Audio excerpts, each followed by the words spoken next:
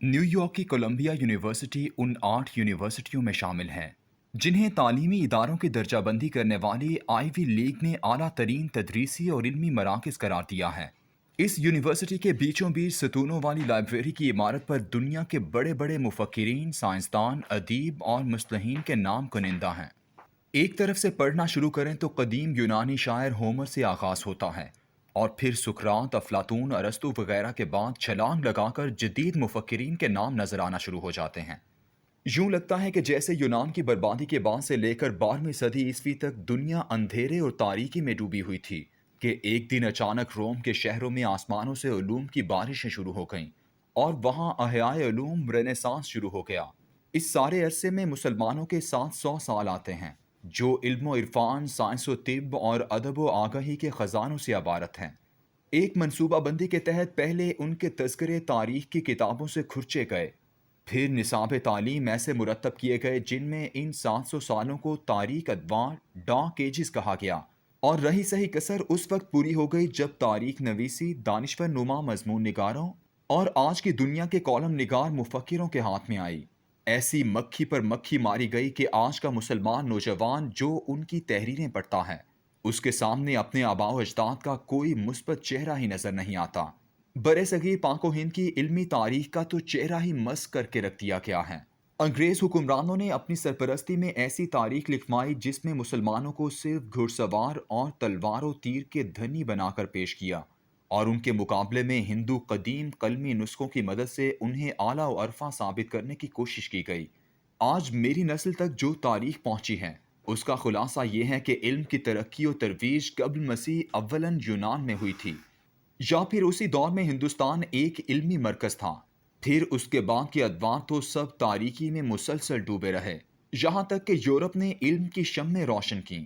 اصول حکمرانی اور امور سلطنت کے بارے میں تحریروں کی فہرست کو 2 حصوں میں تقسیم کیا جاتا ہے۔ ایک حصہ پتھر پر کنندہ بادشاہوں کی ہدایات ہیں۔ ان کا آغاز نمرودوں کے ملک بابل کے حکمران حمورابی کے 282 قوانین کہا جاتا ہے۔ پھر اسی عہد کے قدیم فرعین مصر، چین کی ٹیراکوٹا فوج اور مینڈرنز کے قوانین اور اشوک کی پتھروں پر کنندہ تحریروں کا تذکرہ ہوتا ہے۔ دوسری فہرست ان کتب کی تحریر ہے جو ماضی میں لکھی گئیں۔ اس فہرست کا آغاز افلاطون کی الجمہوریہ ریپبلک سے ہوتا ہے جو 300 سال قبل مسیح میں لکھی گئی، اور اس کے بعد چانکیہ یا کوتالیہ کی کتاب ارتھ شاستر کا تذکرہ بڑے زور و شور سے کیا جاتا ہے۔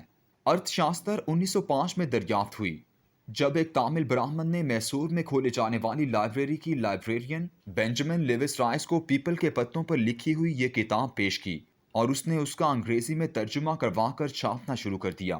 20 سال بعد اس کتاب کے کچھ اور حصے ملیالم زبان میں کہیں سے ملے، پھر چند سالوں بعد گجرات کی ایک لائبریری میں دیوناگری زبان میں اس کے کچھ حصے ملے۔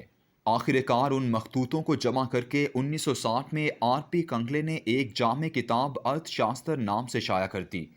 تمام تاریخی شہادتیں جو ان مخطوطوں سے ملتی ہیں ان کے مطابق یہ کسی ایک مصنف کی نہیں بلکہ لاتعداد منصفین کے مرتب کیے گئے اصول حکمرانی ہیں۔ کم از کم 3 مصنفوں پر تو اتفاق ہے جنہوں نے اسے تحریر کیا، ایک چانکیہ، دوسرا کوتالیہ اور تیسرا وشنو گپتا۔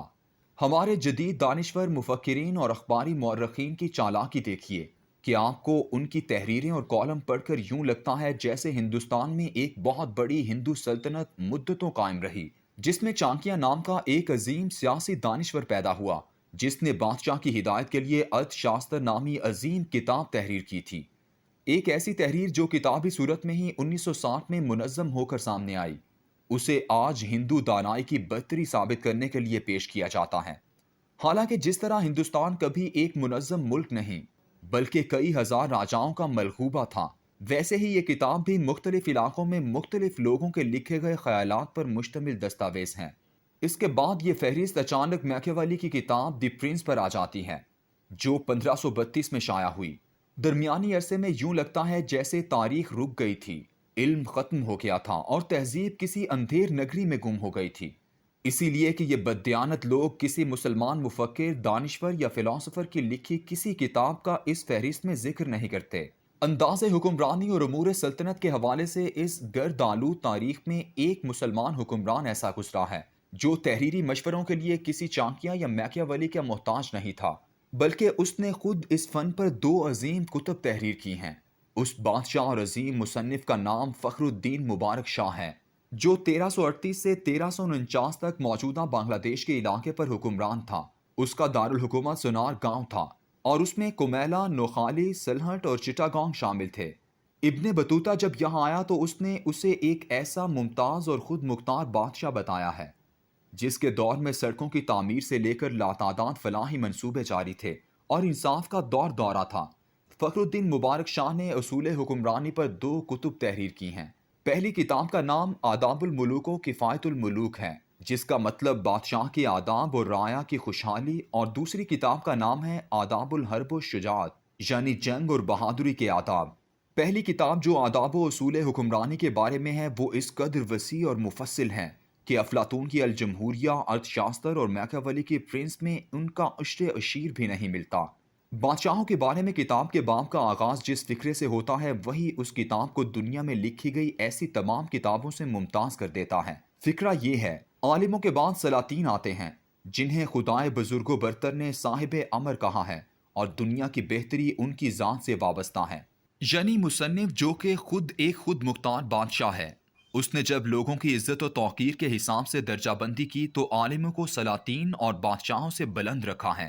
اس باب کے آغاز کے بعد فقرے یوں ہیں: سرکار دو عالم صلی اللہ علیہ وآلہ وسلم کا قول ہے، اگر بادشاہ نہ ہوتے تو لوگ ایک دوسرے کو کھا جاتے۔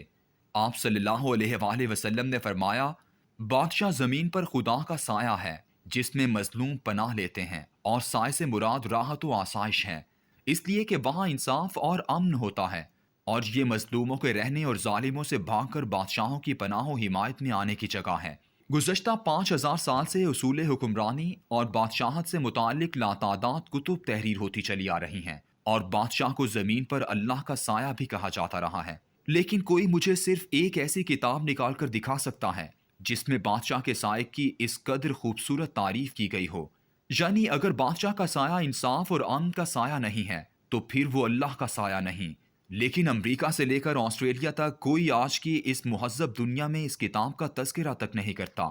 یہ ہے سیکولر لبرل تعصب کی علمی دنیا۔